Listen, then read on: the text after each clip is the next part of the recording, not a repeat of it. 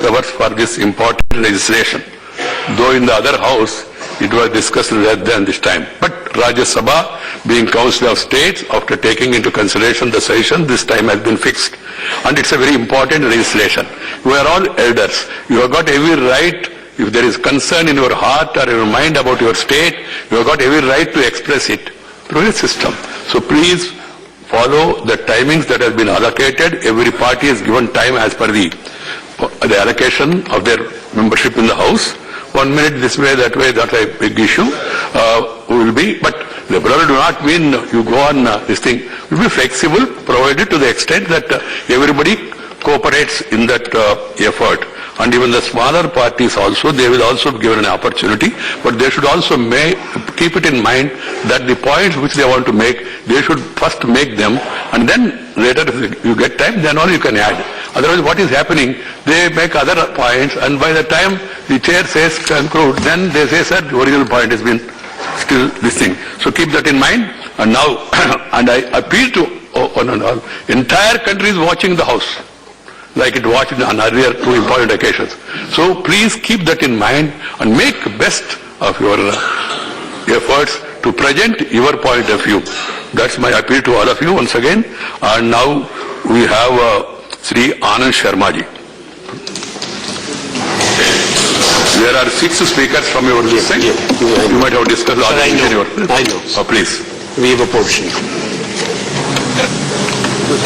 माननीय उपसभापति महोदय, आपका बोर्ड काम नहीं कर रहा। सभापति, मैं गलती की माफी चाहता हूँ, बोर्ड काम नहीं कर रहा। Correct madam. जी तो हमको ठीक है, आप डोंट वरी।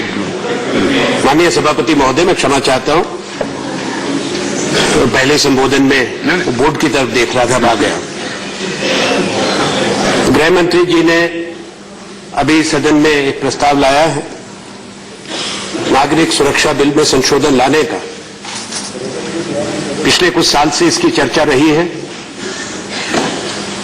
2016 में भी यह बिल लाया गया था। उस बिल में और इस बिल में काफी अंतर है। सरकार के पक्ष का मैंने गृह मंत्री जी को सुना, दूसरे सदन में भी ये कथन है कि सबसे बातचीत हो चुकी है, इसकी जांच परख हो चुकी है। मैं इससे सहमत नहीं हूं, ना मेरा दल, क्योंकि जो परिवर्तन हुए हैं उसकी स्क्रूटनी होना जरूरी है। आपने कहा यह ऐतिहासिक बिल है, पर इतिहास इसको किस दृष्टि से देखेगा वो वक्त बताएगा। अगर बदलाव लाए थे आपने, बेहतर होता। प्रजातंत्र की ये रिवायत है, इसको दोबारा दिखवाते। जल्दबाजी क्यों? पार्लियामेंट की कमेटी को भेजते, अगले सत्र में इसको लेकर आते। हमने मांग की थी, ये रिवायत है, इसको दोबारा दिखवाते। जल्दबाजी क्यों? पार्लियामेंट की कमेटी को भेजते, अगले सत्र में इसको लेकर आते। हमने मांग की थी, पर सरकार अपनी जिद पर कायम है, चाहती है कि इसको करे जैसे कोई बहुत बड़ी विपत्ति भारत के सामने है, ऐसा जो कि पिछले 72 साल में नहीं देखा गया, इसलिए इसको तुरंत करना जरूरी। हम इसका विरोध करते हैं। विरोध के कारण राजनीतिक नहीं, संवैधानिक, नैतिक है। I am convinced that the bill that you have brought is an assault on the very foundational values of the Indian Constitution. It is an assault on the Republic of India. It hurts the soul of India. It's against our Constitution, against our democracy.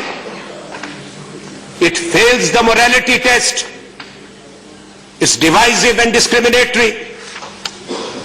It is against the very preamble of the Constitution of our Republic, which talks of liberty, equality and secularism.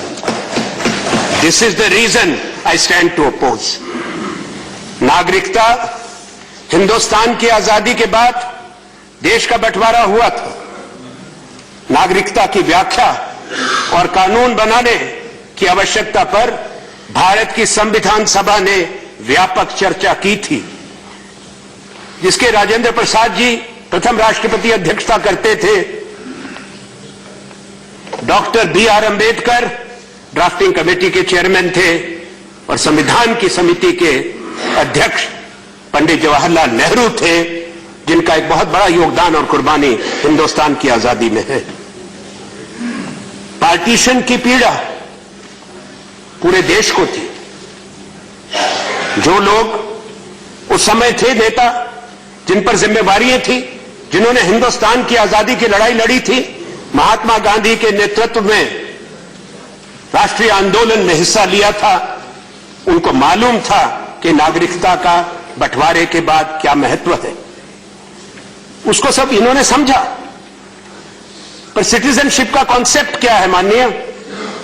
वो भौगोलिक, territorial है, जन्म से है, स्वयं के जन्म से, माता पिता के जन्म से, और हमारे संविधान निर्माताओं ने तो आगे जाकर ग्रैंड पेरेंट्स के जन्म से भी किया, ओरिजिन से किया, दादा दादी, नाना नानी, वो सब इस संविधान के अंदर शामिल किए गए।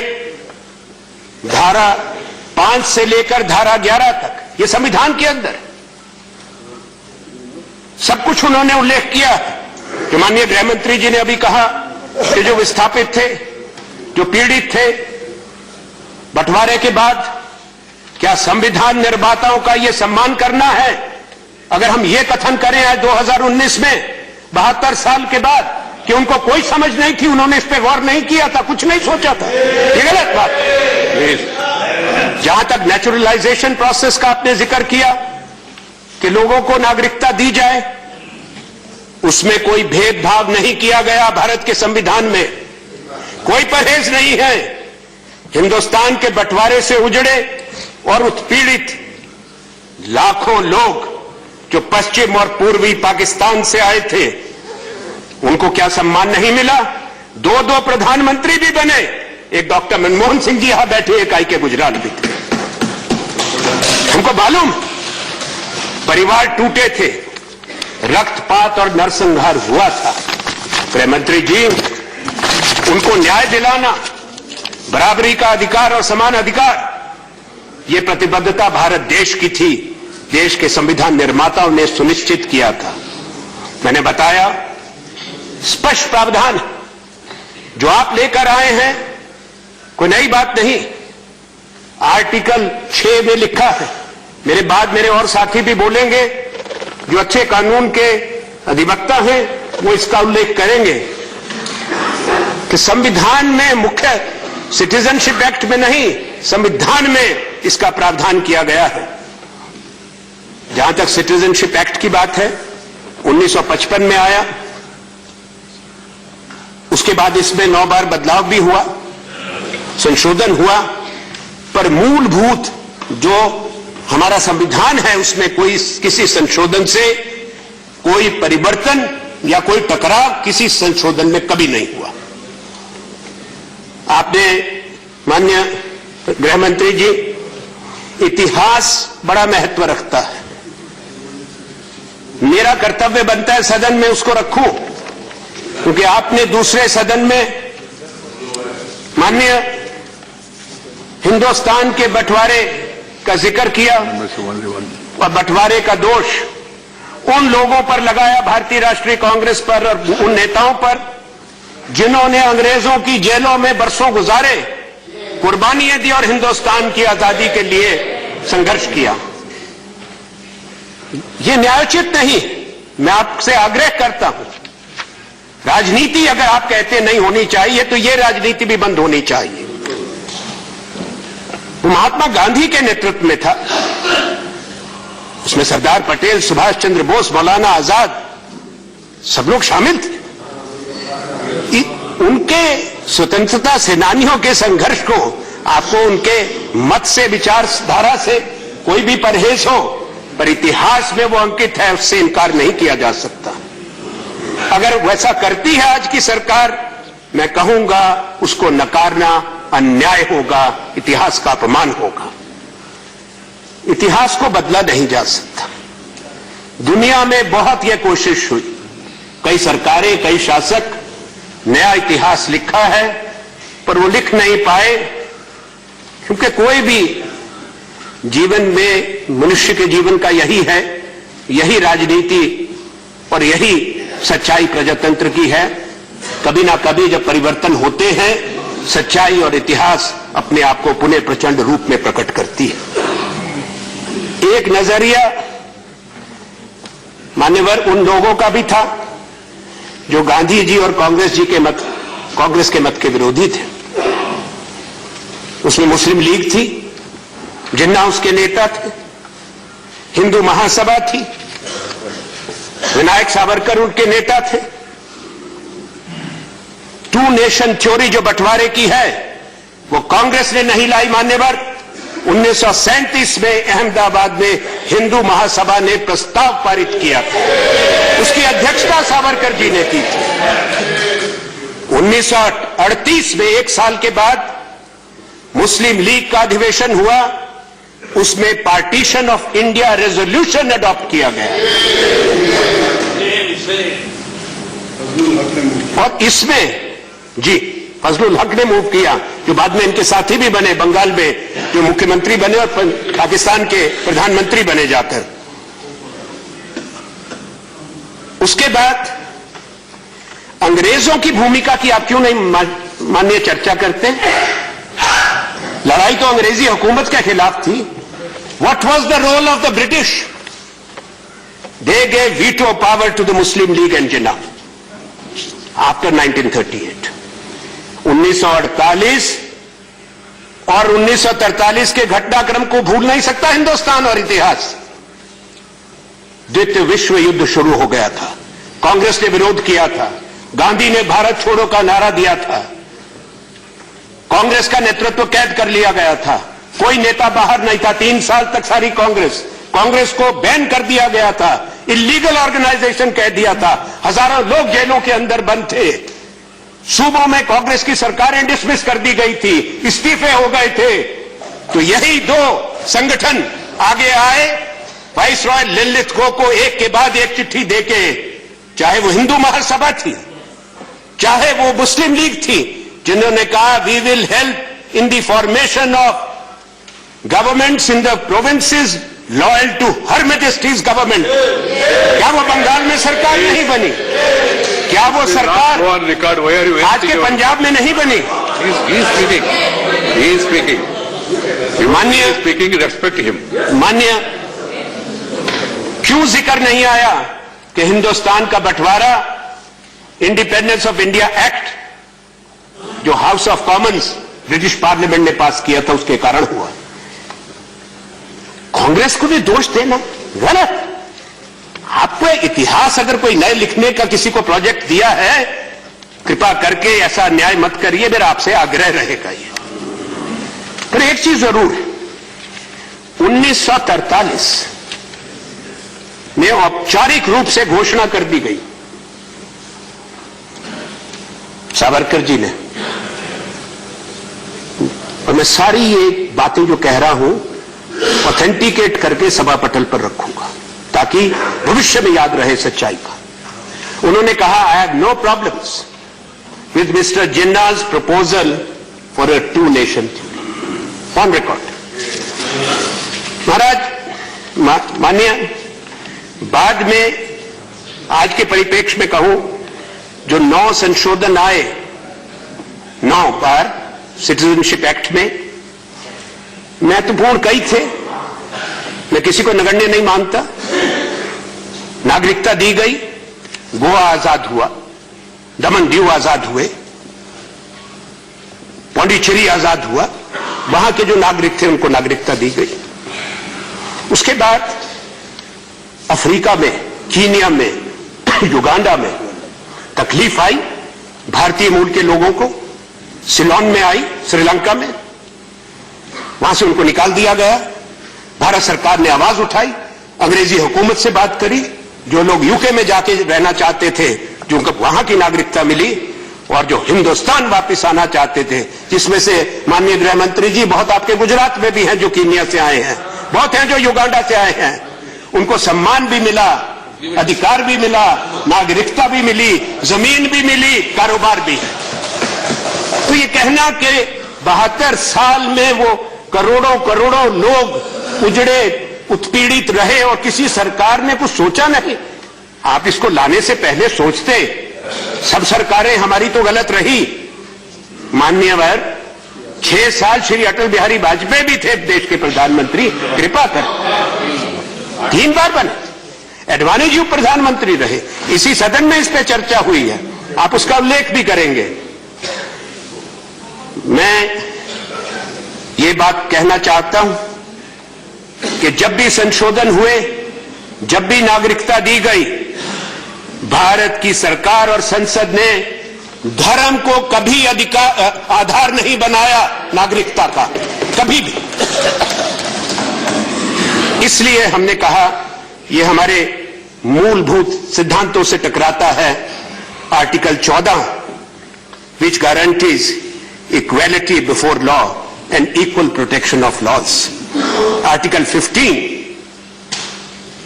which prohibits any discrimination on religion, color, caste or creed.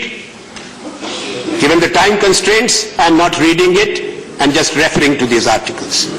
Therefore, this bill of yours fails the constitutionality test. Bharat ने रेफ्यूजीज को, शरणार्थियों को सदैव शरण दी। दुनिया के उत्पीड़ित लोग जो हिंसा के शिकार थे, जिनका तिरस्कार हुआ, अपमान हुआ, भारत ने सदियों से उनको शरण दी, चाहे वो यहूदी थे, पारसी थे, ईसाई थे। तो मैं कहूं मान्यवर, आवश्यक समझता हूं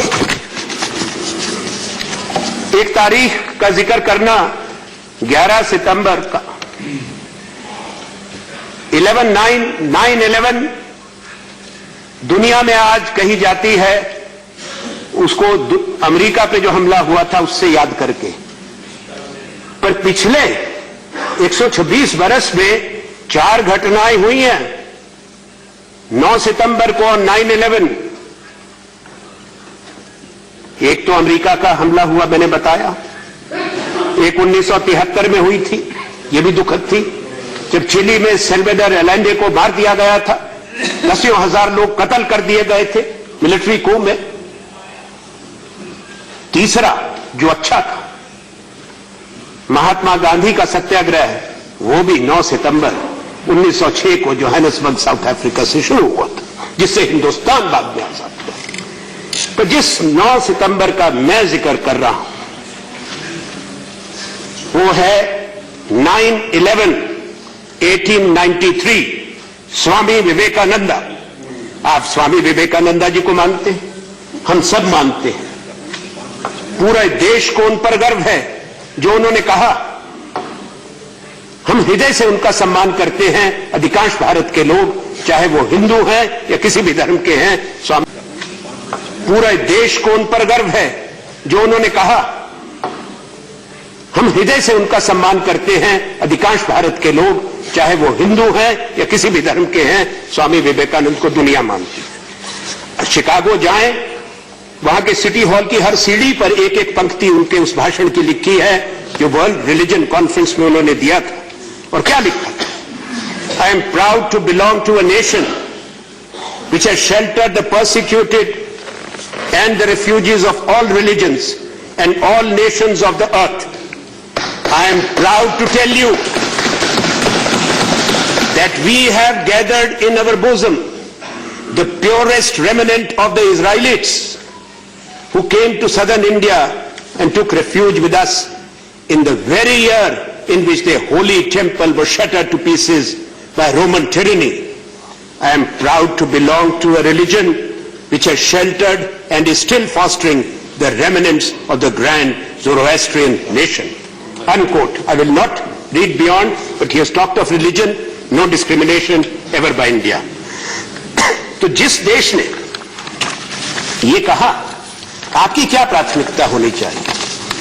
हमने संयुक्त राष्ट्र संघ में ह्यूमन राइट कन्वेंशन को हमने उसको तो रेटिफाई किया, ह्यूमन राइट काउंसिल में भी हम हिस्सा लेते हैं, मानव अधिकार की बात है, मानवता की बात है। आपने परसिक्यूटेड माइनॉरिटीज की मान्यवर बात की है। आपके बिल में उसका उल्लेख नहीं है, जिसका लिए सुखेंदु शेखर रॉय जी कह चुके हैं, उसको मैं दोहराऊंगा नहीं। अगर आपने वाकई उसके लिए लाया तो बिल में क्यों नहीं जिक्र, उसकी व्याख्या क्यों नहीं है? अगर आपको इतनी चिंता है रेफ्यूजीज पर कानून क्यों नहीं है, उसको भी बनाइए देश के अंदर। मैं सोचता हूं ये प्राथमिकताएं चर्चा के बाद होनी चाहिए, ये दलगत राजनीति से ऊपर उठ के बात होनी चाहिए। गृह मंत्री जी, अगर आपने दिल से ये बात कही है तो आज इसको रोक ले, चर्चा करें, ताकि आम सहमति से बात बने।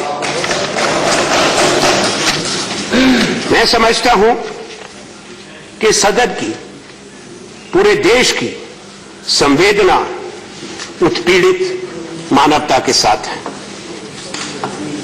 तो मुझे नहीं लगता कि इसका कारण केवल ये है, कारण राजनीतिक है महोदय। आप भी जानते हैं, स्वीकारेंगे नहीं, हम भी जानते हैं, क्योंकि संविधान में तो प्रावधान है उन लोगों को नागरिकता देने का। माननीय गृह मंत्री जी, आपने 2019 के चुनाव का जिक्र किया, बीजेपी के मैनिफेस्टो का जिक्र किया। हर राजनीतिक दल को अपना मैनिफेस्टो लिखने का माननीय सभापति महोदय अधिकार है, आपका अनुभव है। पर किसी भी दल का संविधान, घोषणा पत्र भारत के संविधान से नहीं टकरा सकता, ना उसके ऊपर जा सकता कोई भी। जनादेश की बात है, हम सम्मान करते हैं। आप जीत कर रहे हैं, हम हार कर रहे हैं, तभी हम यहां बैठे हैं, वहां बैठे हैं। ये तो आपको बधाई कई बार दी, पर संविधान की शपथ आपने भी ली है, माननीय प्रधानमंत्री ने भी ली है, हम सब ने भी ली है। उसके बारे में चर्चा जरूरी है। इसलिए मैं आपसे ये कहूंगा कि जहां तक हमारे बहुत उदाहरण हैं, मैं उसमें नहीं जाऊंगा। आपने कहा कि हमने सब समाधान कर दिया, कुछ नहीं किया। प्रावधान जैसा मैंने कहा आर्टिकल 6 में भी है, सिटीजनशिप एक्ट में भी है, रजिस्ट्रेशन से सिटीजनशिप का भी है, नेचुरलाइजेशन से भी है। आपने शेड्यूल 3 में समय घटा के 11 साल से 7 साल किया है। ये आपके बिल कहता है, मैं नहीं कहता। तो एकदम से मिल जाएगा ऐसा कुछ नहीं हुआ। आप बताएं अपने उत्तर में कितने लाखों करोड़ लोग आवेदन पत्र दिए हैं। मैं दो बात कहना बहुत ही जरूरी समझता हूं कि आपने कहा दूसरे सदन में कि एनआरसी पूरे देश में लाएंगे, यह असली बात है। असम का क्या अनुभव है? मेरे साथी बोलेंगे असम के। असम जल रहा है, आपको बोलना पड़ा। वो उत्पीड़ित लोग नहीं है। अगर आप अच्छा कर रहे हैं तो उनके मन में इनसिक्योरिटी क्यों है, असुरक्षा की भावना क्यों है? क्यों बच्चे निकलकर बाहर आ गए? जो बच्चे इंदिरा जी के समय में जो आंसू का आंदोलन हुआ था, आज वो पूरे बच्चे बाहर आ गए। बीच में मत बोलिए प्लीज। नहीं, उचित नहीं है, निकाल दें माननीय, और मेरा समय वापस कर दें। अब मुझे एक बात कहनी है आपको। सर, मैं एक दो बातें कहूंगा, जरूरी, उसके बाद खत्म करूंगा। मेरे दल का है, वो दल वाले एडजस्ट कर लें। मेरी बात, दो बातें हैं जो मैं समझता हूं जरूरी कहना। पहले तो ये है कि जो आप एनआरसी ला रहे हैं, माननीय गृह मंत्री जी, डिटेंशन सेंटर पर मैंने इतवार को बीबीसी में एक डॉक्यूमेंट्री देखी। मैं चाहता हूं कि गृह मंत्री जी सर्वदलीय एक वहां पे डेलीगेशन लेके जाएं, हालात देखें कि क्या इंसानों के रहने की जगह है। शर्म आती है हिंदुस्तान को, 21वीं सदी के अंदर हमने इस तरह से लोगों को रखा है। माओं को बच्चों से दूर, बच्चों को माओं से दूर, कोई सुविधा नहीं। 600 लोग 5 कमरे में, 5 नल के। इनकार करें इससे कि यह वास्तविकता नहीं है। और जो पूरे देश की एनआरसी की आप बात कह रहे हैं, असुरक्षा की भावना है महोदय। इसलिए है क्योंकि कहा जाता है, आप उसकी पुष्टि करें या इनकार करें, कि देश के कई राज्यों के अंदर जगह ले ली गई है, डिटेंशन सेंटर बन रहे हैं। जब एनआरसी बनेगी, क्या पूरे भारत में डिटेंशन सेंटर बनेंगे जो पिछले शताब्दी की याद दिलाएंगे कंसंट्रेशन कैंप्स की जो यूरोप में होते थे? एक अन्याय होगा इस देश में, यह अन्याय होगा। केवल महात्मा गांधी और सरदार पटेल का नाम लेना संभव नहीं। मुझे नहीं पता कि जीवन में क्या होता है, सुना है कि हमारे धर्म में पुनर्जन्म को मानते हैं, पर बुजुर्ग कभी मिलते हैं।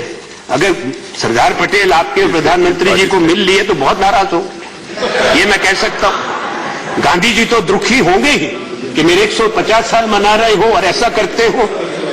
गांधी जी केवल उनका चश्मा विज्ञापन के लिए नहीं और उनका नाम नहीं, मेरा आग्रह है उनके चश्मे से हिंदुस्तान को देखो, समाज को देखो, मानवता को देखो। आपका कैब उससे टकराता है। मैं अपनी बात को खत्म करता हूं सिर्फ गांधी जी को ही कह के, जैसा मैंने कहा सभापति महोदय, मैं जरूरी समझता हूं इसको कहना। महात्मा गांधी ने कहा था, I do not want my house to be walled in on all sides and my windows to be stuffed. I want the culture of all lands to be blown about my house as freely as possible, but I refuse to be blown off my feet by any. Unquote. Hindi में अंत में, मैं नहीं चाहता कि मेरे घर के चारों तरफ दीवारें बनी हों और खिड़कियां बंद हों।